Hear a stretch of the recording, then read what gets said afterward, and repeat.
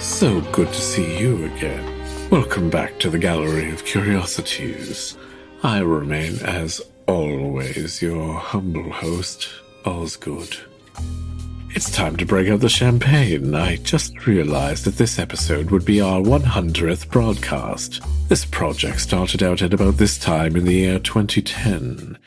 Never mind that it took us 10 years to produce 100 episodes. At my age, I'm in no hurry to get anywhere. As if I could go anywhere. Back when we started out, the program was not a podcast per se, but part of the literary programming at Radio Real, which provided music streams to the 19th century regions of the Second Life virtual world grid. Our audience back in those days consisted of a dozen or so avatars drinking pixelated pints of beer in their hand-built pubs and taverns. It was considered edgy behavior back then, I'll have you know, ladies and gentlemen, although now with the pandemic it's become rather mundane. Our early stories were sourced from online public domain archives. We only started buying original manuscripts in late 2015, primarily because it became too much of a chore to find appropriate material in the public domain that was not too done. The current format, hosted by yours truly, began in early 2016. So, in honor of our centennial episode, here is the very first story we ever aired. Sir Arthur Conan Doyle's The Horror of the Heights, from the Strand magazine of November 1913. Read for you by Mr. Vic Mullen.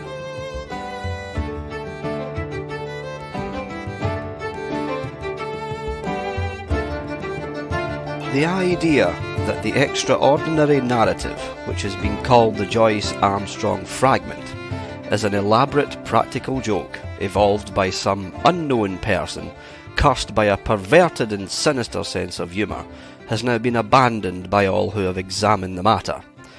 The most macabre and imaginative of plotters would hesitate before linking his morbid fantasies with the unquestioned and tragic facts which reinforce the statement. Though the assertions contained in it are amazing and even monstrous, it is nonetheless forcing itself upon the general intelligence that they are true, and that we must readjust our ideas to the new situation. This world of ours appears to be separated by a slight and precarious margin of safety from a most singular and unexpected danger. I will endeavour, in this narrative, which reproduces the original document in its necessarily somewhat fragmentary form, to lay before the reader the whole of the facts up to date, prefacing my statement by saying that if there be any who doubt the narrative of Joyce Armstrong, there can be no question at all as to the facts concerning Lieutenant Martel and Mr. Hay Connor, who undoubtedly met their end in the manner described. The Joyce Armstrong fragment was found in the field which is called Lower Haycock, lying 1 mile to the westward of the village of Witham, upon the Kent and Wessex border. It was on the 15th of September last that an agricultural labourer, James Flynn, in the employment of Matthew Dodd of the Chantry Farm, Witham, perceived a briar pipe lying near the footpath which skirts the edge in Lower Haycock. A few paces farther on he picked up a pair of broken binocular glasses. Finally, among some nettles in the ditch, he caught sight of a flat, canvas-backed book, which proved to be a notebook with detachable leaves, some of which had come loose and were fluttering along the base of the hedge. These he collected, but some, including the first, were never recovered, and leave a deplorable hiatus in this all-important statement. The notebook was taken by the labourer to his master, who in turn showed it to Dr. J. H. Atherton of Hartfield. This gentleman at once recognised the need for an expert examination, and the manuscript was forwarded to the Aero Club in London, where it now lies. The first 2 pages of the manuscript are missing. There is also one torn away at the end of the narrative, though none of these affect the general coherence of the story. It is conjectured that the missing opening is concerned with the record of Mr. Joyce Armstrong's qualifications as an aeronaut, which can be gathered from other sources and are admitted to be unsurpassed among the air pilots of England. For many years he has been looked upon as among the most daring and the most intellectual of flying men, a combination which has enabled him to both invent and test several new devices, including the common gyroscopic attachment, which is known by his name. The main body of the manuscript is written neatly in ink, but the last few lines are in pencil and are so ragged to be hardly legible. Exactly, in fact, as they might be expected to appear if they were scribbled off hurriedly from the seat of a moving aeroplane. There are, it may be added, several stains, both on the last page and on the outside cover, which have been pronounced by the Home Office experts to be blood, probably human and certainly mammalian. The fact that something closely resembling the organism of malaria was discovered in this blood, and that Joyce Armstrong is known to have suffered from intermittent fever, is a remarkable example of the new weapons which modern science has placed in the hands of our detectives. And now a word as to the personality of the author of this epoch-making statement. Joyce Armstrong, according to the few friends who really knew something of the man, was a poet and a dreamer, as well as a mechanic and an inventor. He was a man of considerable wealth, much of which he had spent in the pursuit of his aeronautical hobby. He had 4 private aeroplanes in his hangars near Devizes, and it is said to have made no fewer than 170 ascents in the course of last year. He was a retiring man with dark moods, in which he would avoid the society of his fellows. Captain Dangerfield, who knew him better than anyone, says that there were times when his eccentricity threatened to develop into something more serious. His habit of carrying a shotgun with him on his airplane was one such manifestation of it. Another was the morbid effect which the fall of Lieutenant Martel had upon his mind. Martel, who was attempting the height record, fell from an altitude of something over 30,000 feet.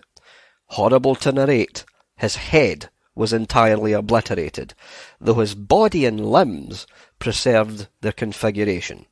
At every gathering of airmen, Joyce Armstrong, according to Dangerfield, would ask with an enigmatic smile, "And where, pray, is Martel's head?" On another occasion after dinner at the mess of the flying school on Salisbury Plain, he started a debate as to what will be the most permanent danger which airmen will have to encounter. Having listened to successive opinions as to air pockets, faulty construction, and overbanking, he ended by shrugging his shoulders and refusing to put forward his own views, though he gave the impression that they differed from any advanced by his companions. It is worth remarking that after his own complete disappearance, it was found that his private affairs were arranged with a precision which may show that he had a strong premonition of disaster. With these essential explanations, I will now give the narrative exactly as it stands, beginning at page 3 of the blood-soaked notebook.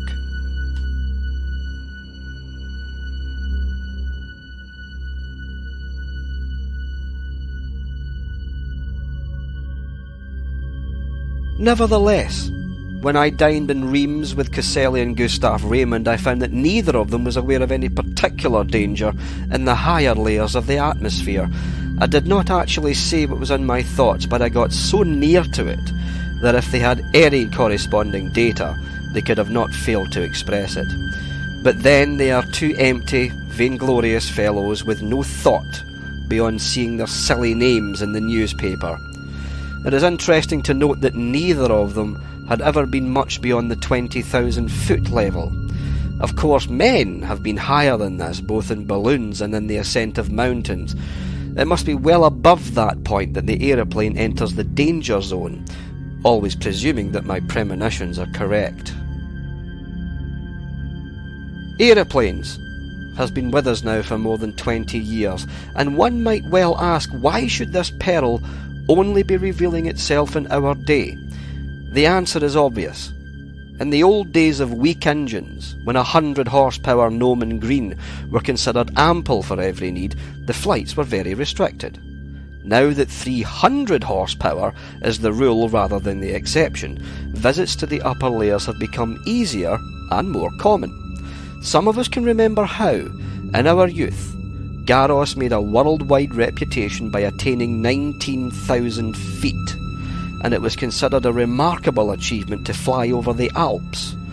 Our standard now has been immeasurably raised, and there are 20 high flights for one in former years. Many of them have been undertaken with impunity. The 30,000 foot level has been reached time after time with no discomfort beyond cold and asthma. What does this prove? A visitor might descend upon this planet 1,000 times and never see a tiger. Yet, tigers exist, and if he chanced to come down into a jungle, he might be devoured. There are jungles of the upper air, and there are worse things than tigers which inhabit them. I believe in time they will map these jungles accurately out. Even at the present moment I could name 2 of them. One of them lies over the Pau Biarritz district of France. Another is just over my head, as I write here in my house in Wiltshire. I rather think there is a third in the Homburg-Wiesbaden district. It was the disappearance of the Airmen that first set me thinking. Of course, everyone said they had fallen into the sea, but that did not satisfy me at all. First there was Verrier in France. His machine was found near Bayonne, but they never got his body. There was the case of Baxter also, who vanished, though his engine and some of the iron fixings were found in a wood in Leicestershire. In that case, Dr. Middleton of Amesbury, who was watching the flight with a telescope, declares that just before the clouds obscured the view, he saw the machine, which was at an enormous height, suddenly rise perpendicularly upwards in a succession of jerks in a manner that he thought would have been impossible. That was the last seen of Baxter. There was a correspondence in the papers, but it never led to anything.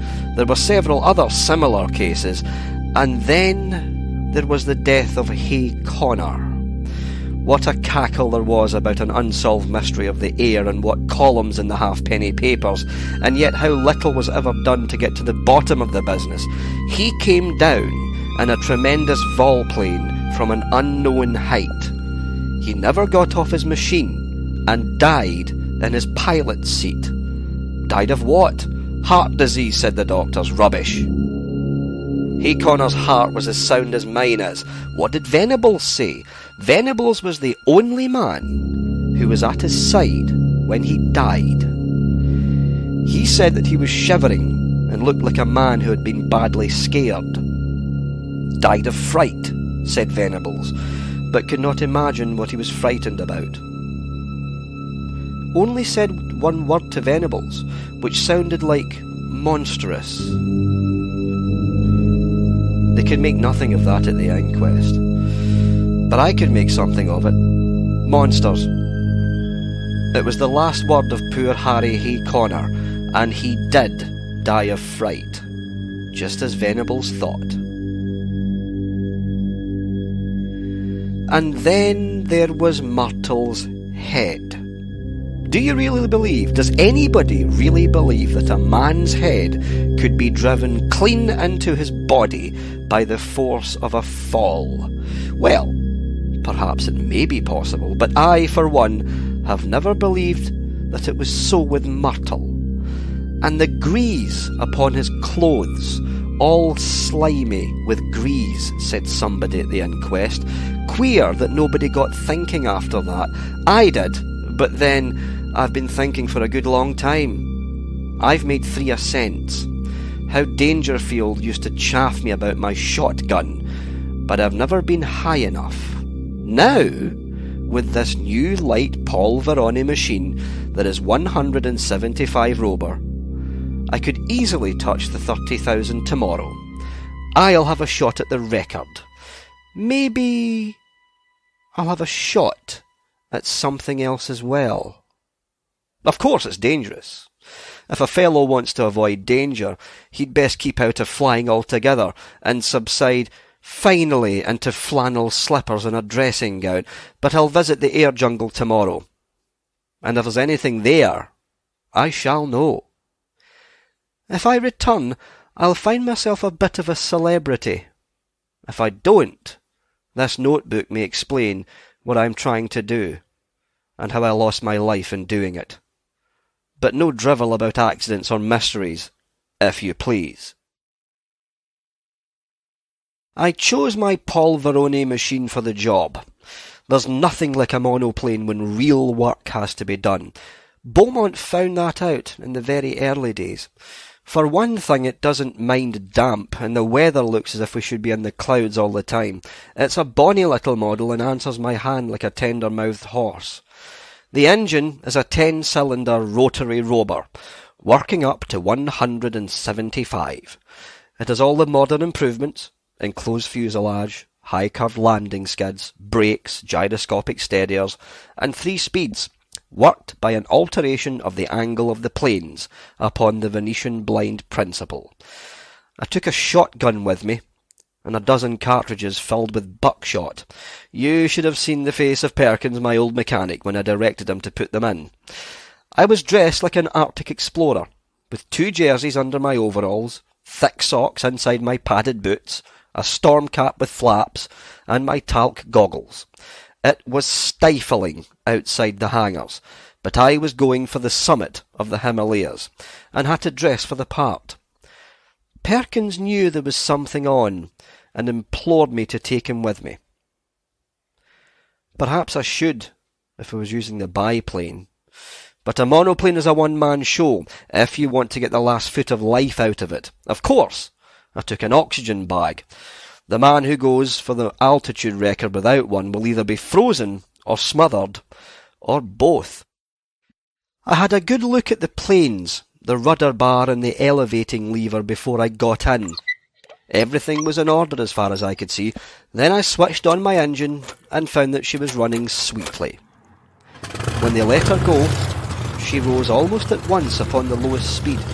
I circled my home field once or twice just to warm her up, and then, with a wave to Perkins and the others, I flattened out my planes and put her on the highest. She skimmed like a swallow, downwind for 8 or 10 miles, until I turned her nose up a little, and she began to climb in a great spiral for the cloud bank above me.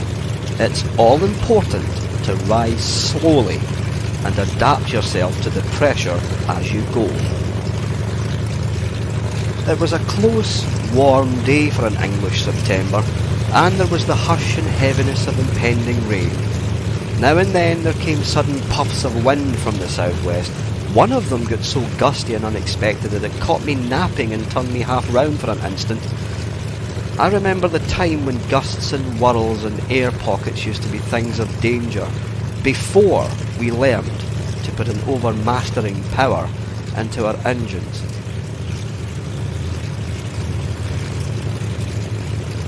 Just as I reached the cloud banks with the altimeter marking 3,000, down came the rain. My word, how it poured. It drummed upon my wings and lashed against my face, blurring my glasses so that I could hardly see. I got down to a low speed, for it was painful to travel against it. As I got higher, it became hail, and I had to turn tail into it.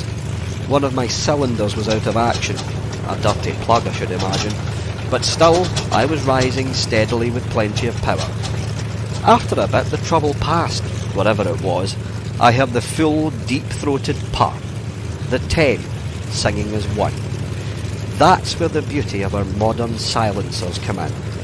We can at last control our engines by ear, how they squeal and squeak and squab when they're in trouble. All those cries for help were wasted in the old days, when every sound was swallowed up by the monstrous racket of the machine. If only the early aviators could come back to see the beauty and perfection of the mechanism, which have been bought at the cost of their lives.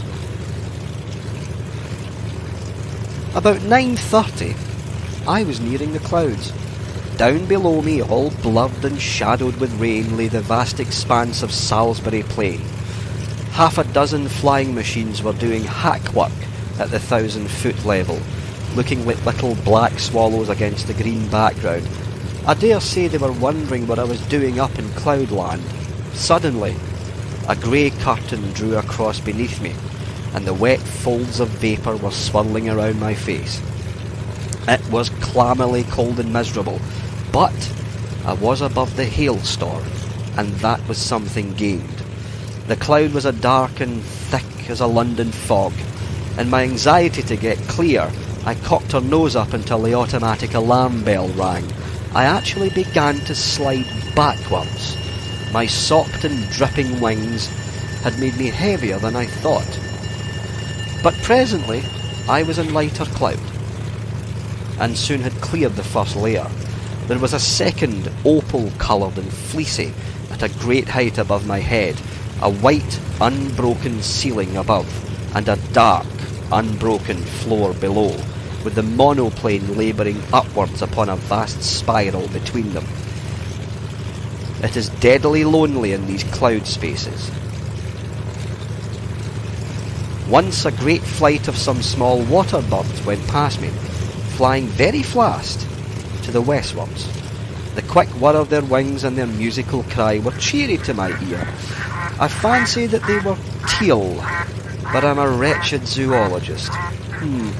Now that we humans have become birds, we must really learn to know our brethren by sight. The wind down beneath me swirled and swayed the broad cloud plain.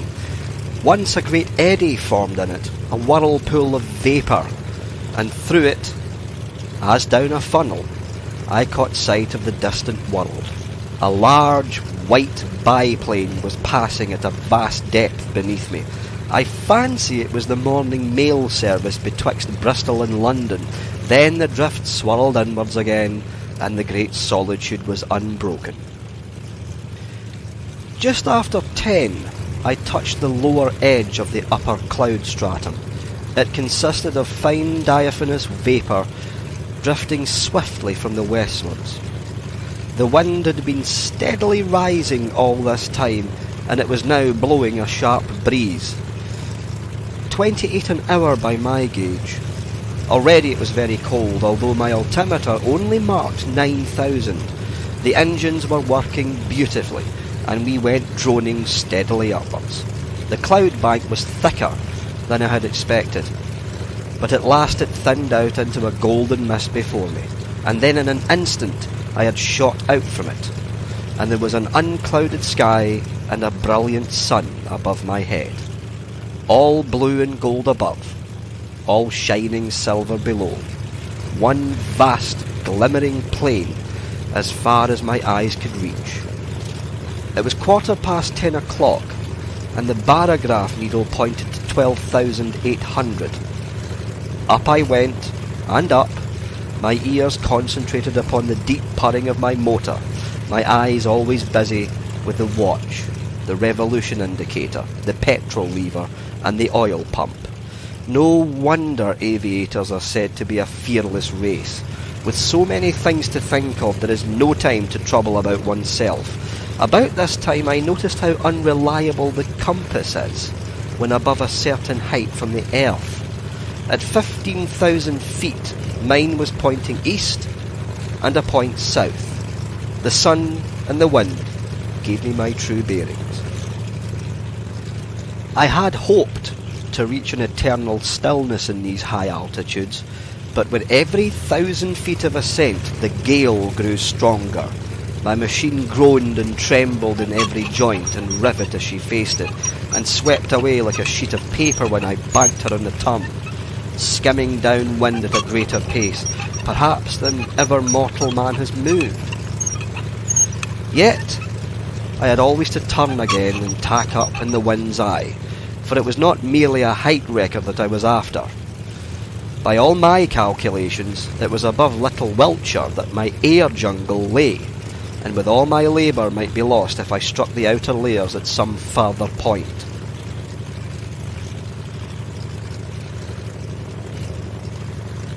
When I reached the 19,000 foot level, which was about midday, the wind was so severe that I looked with some anxiety to the stays of my wings, expecting momentarily to see them snap or slacken.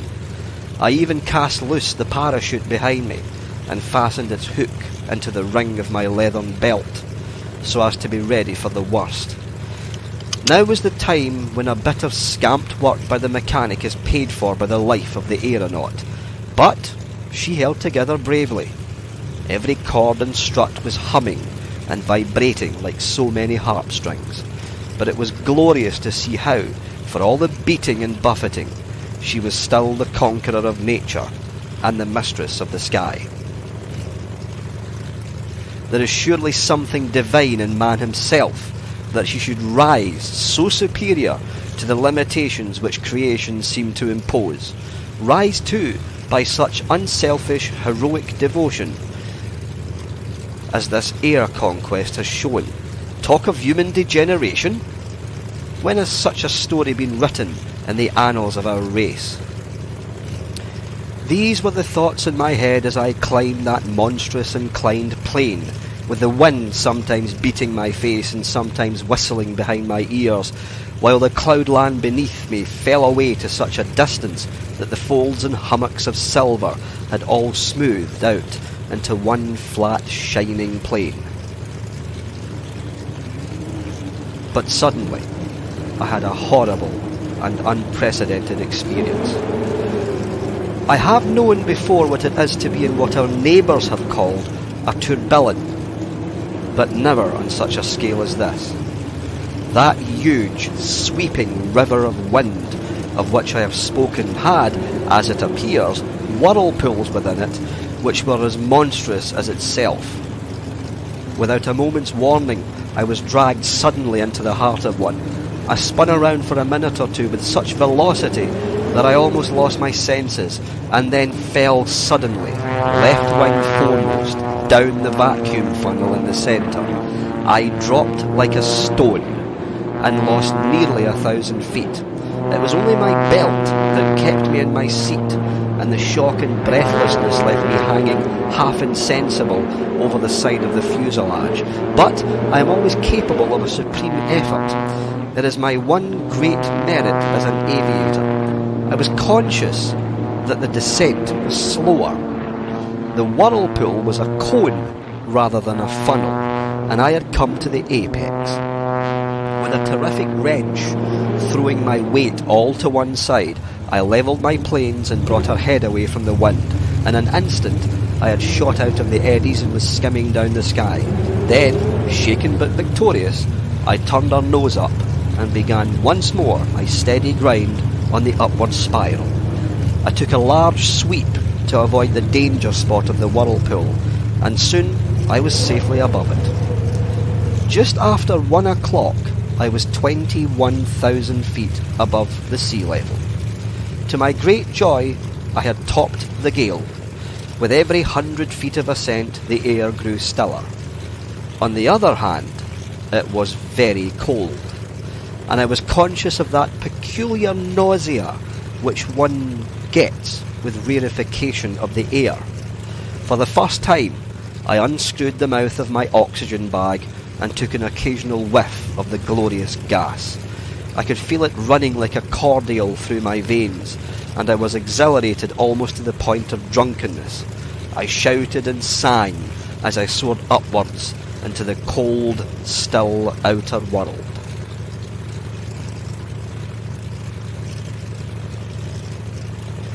It's very clear to me that the insensibility which came upon Glacier, and the lesser degree upon Coxwell, when, in 1862, they ascended in a balloon to the height of 30,000 feet, was due to the extreme speed with which a perpendicular ascent is made.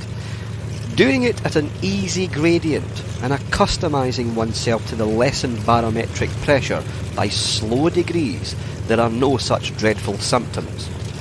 At the same great height, I found that even without my oxygen inhaler, I could breathe without undue distress.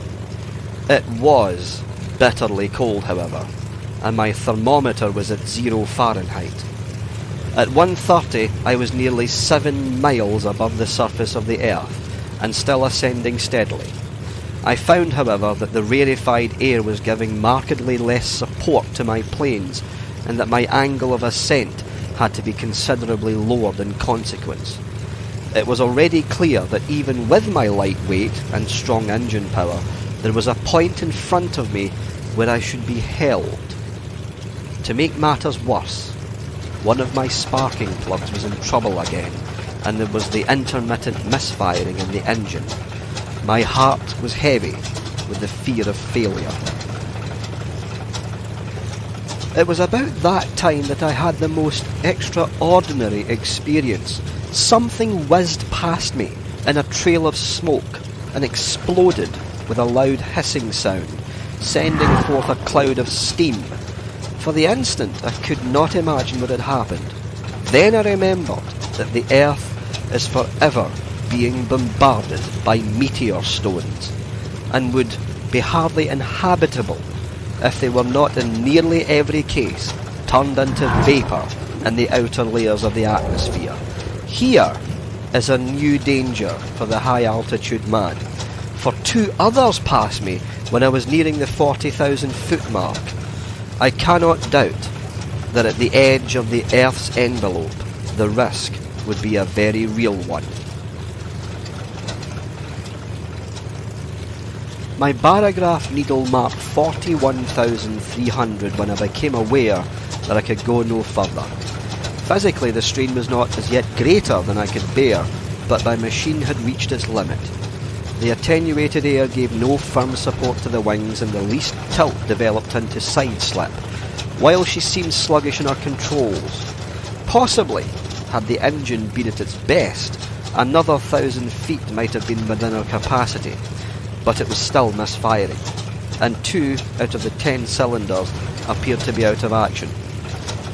If I had not already reached the zone for which I was searching, then I should never see it upon this journey. But was it not possible that I had attained it?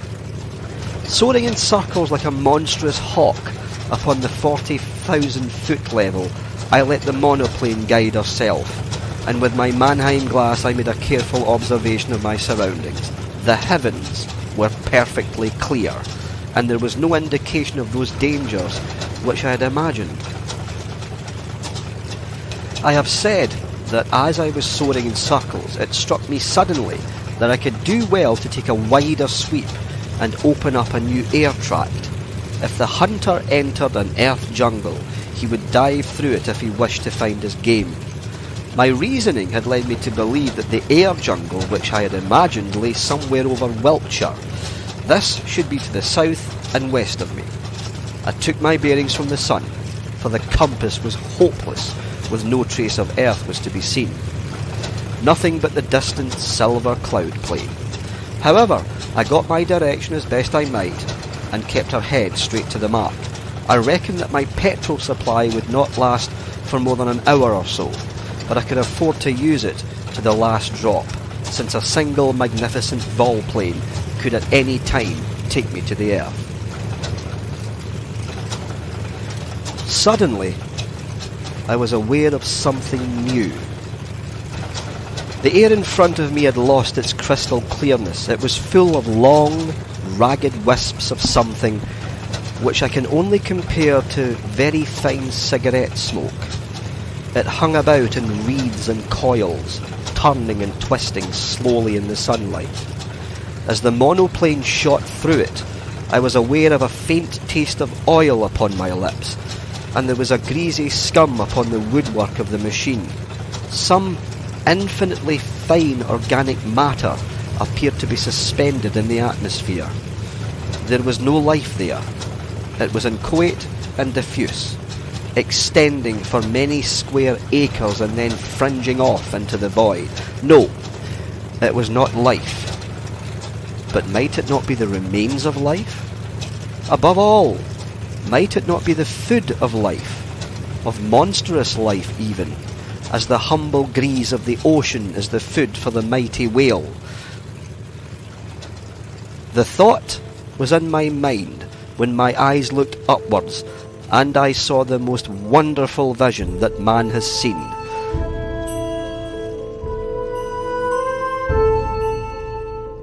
Can I hope to convey it to you, even as I saw it myself last Thursday?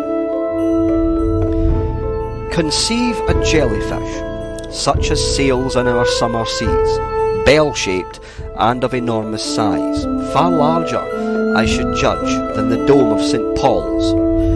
It was of a light pink colour, veined with a delicate green, but the whole huge fabric so tenuous that it was but a fairy outline against the dark blue sky. It pulsated with a delicate and regular rhythm. From there, it depended two long, drooping green tentacles, which swayed slowly backwards and forward. This gorgeous vision passed gently, with noiseless dignity, over my head, as light and fragile as a soap bubble, and drifted upon its stately way.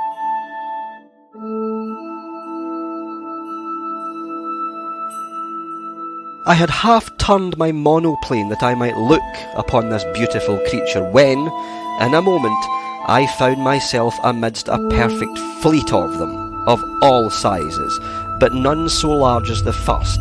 Some were quite small, but the majority about as big as an average balloon, and with much the same curvature at the top. There was in them a delicacy of texture and colouring which reminded me of the finest Venetian glass. Pale shades of pink and green were the prevailing tints, but all had a lovely iridescence where the sun shimmered through their dainty forms.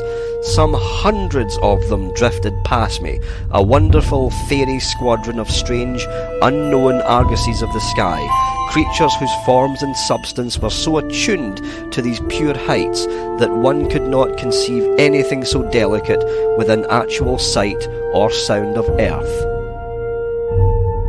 But soon my attention was drawn to a new phenomenon, the serpents of the outer air. These were long, thin, fantastic coils of vapour-like material, which turned and twisted with great speed, flying round and round at such a pace that the eyes could hardly follow them. Some of these ghost-like creatures were 20 or 30 feet long, but it was difficult to tell their girth, for the outline was so hazy that it seemed to fade away into the air around them. These air snakes were of a very light grey and smoke colour, with some darker lines within, which gave the impression of a definite organism. One of them whisked past my very face. I was conscious of a cold, clammy contact, but their composition was so unsubstantial that I could not connect with them with any thought of physical danger, any more than the beautiful bell-like creatures which had preceded them. There was no more solidity in their frames than in the floating spume of a broken wave. But a more terrible experience was in store for me. Floating downwards from a great height, there came a purplish patch of vapour, small as I saw it at first, but rapidly enlarging as it approached me, until it appeared to be hundreds of square feet in size. Though fashioned of some transparent, jelly-like substance, it was none the less of much more definite outline and solid consistence than anything which I had seen before. There were more traces, too, of a physical organisation, especially two vast, shadowy, circular plates upon either side, which may have been eyes, and a perfectly solid white projection between them, which was curved and cruel as the beak of a vulture. The whole aspect of this monster was formidable and threatening, and it kept changing its colour from a very light mauve to a dark, angry purple, so thick that it cast a shadow as it drifted between my monoplane and the sun. On the upper curve of its huge body there were 3 great projections, which I can only describe as enormous bubbles, and I was convinced as I looked at them that they were charged with some extremely light gas, which served to buoy up the misshapen and semi-solid mass in the rarefied air. The creature moved swiftly along, keeping pace easily with the monoplane, and for 20 miles or more it formed my horrible escort, hovering over me like a bird of prey which is waiting to pounce. Its method of progression, done so swiftly that it was not easy to follow, was to throw out a long, glutinous streamer in front of it, which in turn seemed to draw forward the rest of its writhing body. So elastic and gelatinous was it that never for 2 successive minutes was it the same shape, and yet each change made it more threatening and loathsome than the last. I knew that it meant mischief. Every purple flush of its hideous body told me so. The vague, goggling eyes, which were always turned upon me, were cold and merciless with their viscid hatred. I dipped the nose of my monoplane downwards to escape it. As I did so, as quick as a flash, there shot out a long tentacle from this mass like a floating blubber, and it fell as light and sinuous as a whiplash across the front of my machine. There was a loud hiss as it lay for a moment across the hot engine, and it whisked itself into the air again, while the huge flat body drew itself as if in sudden pain. I dipped to a vol peak, but again a tentacle fell over the monoplane and was shorn off by the propeller as easy as it might cut through a smoke wreath. A long, gliding, sticky, serpent-like coil came from behind and caught me around the waist, dragging me out of the fuselage. I tore at it, my fingers sinking into the smooth, glue-like surface, and for an instant I disengaged myself, but only to be caught around the boot by another coil, which gave me a jerk that tilted me almost onto my back. As I fell over, I blazed off both barrels of my gun, though, indeed, it was like attacking an elephant with a pea shooter to imagine that any human weapon could cripple that mighty bulk. And yet I aimed better than I knew, for, with a loud report, one of the great blisters upon the creature's back exploded with the puncture of the buckshot. It was very clear that my conjecture was right, that these vast, clear bladders were distended with some lifting gas. For in an instant, the huge, cloud-like body turned sideways, writhing desperately to find its balance, while the white beak snapped and gaped in horrible fury.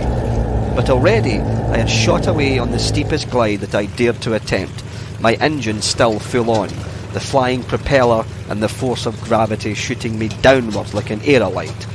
For behind me I saw a dull, purplish smudge, growing swiftly smaller and merging into the blue sky behind it.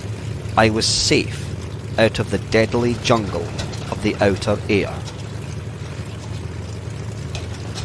Once out of danger, I throttled my engine, for nothing tears a machine to pieces quicker than running on full power from a height.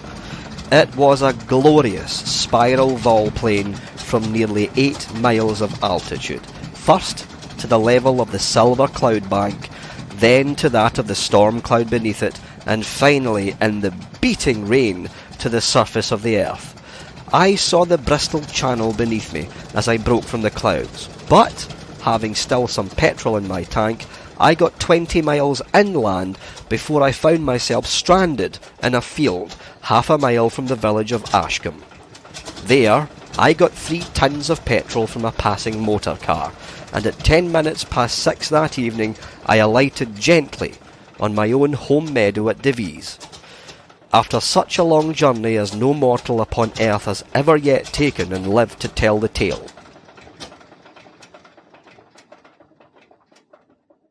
I have seen the beauty, and I have seen the horror of the heights, and a greater beauty, or greater horror, than that is not within the ken of man.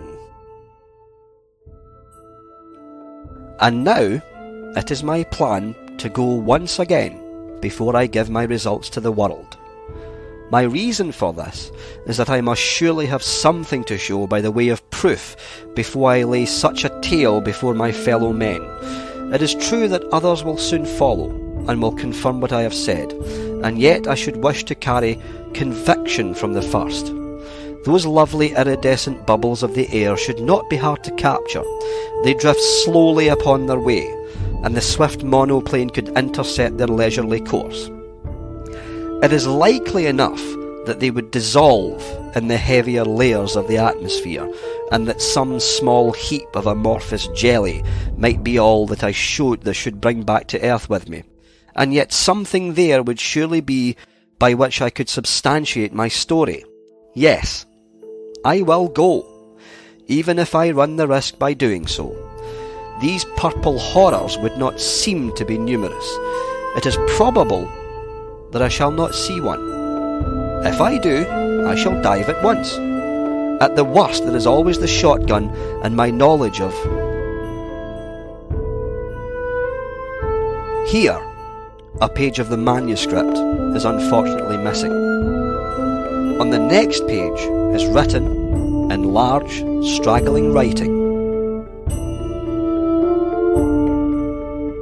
43,000 feet. I shall never see the earth again. They are beneath me, 3 of them. God help me. It's a dreadful death to die.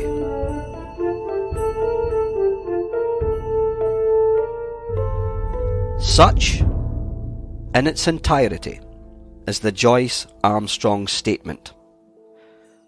Of the man, nothing has since been seen. Pieces of his shattered monoplane have been picked up in the preserves of Mr. Bud Lushington upon the borders of Kent and Sussex, within a few miles of the spot where the notebook was discovered. If the unfortunate aviator's theory is correct, that this air jungle, as he called it, existed only over the southwest of England, then it would seem that he had fled from it at the full speed of his monoplane, but had been overtaken and devoured by these horrible creatures at some spot in the outer atmosphere above the place where the grim relics were found. The picture of that monoplane skimming down the sky, with the nameless terrors flying as swiftly beneath it and cutting it off, always from the earth while they gradually closed in upon their victim, is one upon which a man who valued his sanity would not prefer to dwell. There are many, as I am aware, who still jeer at the facts which I have here set down.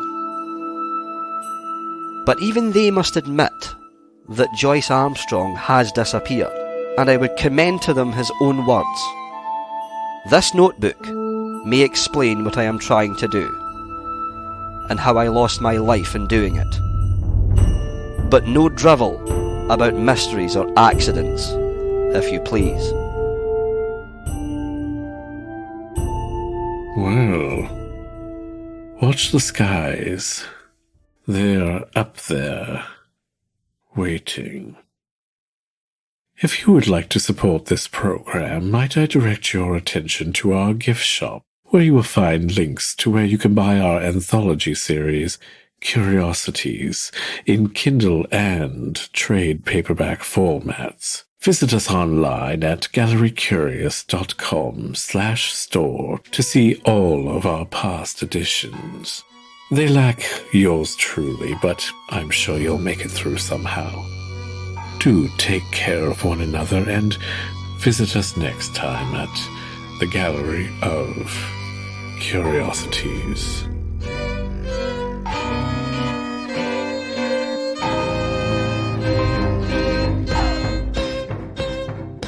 Gallery of Curiosities Curiosities is produced under a Creative Commons International 4.0 non-commercial attribution no derivatives license. Copyrights remain with the authors. Our theme song is Ashes Ashes by Deus Ex Vapora Machina. This episode was produced in November of 2020.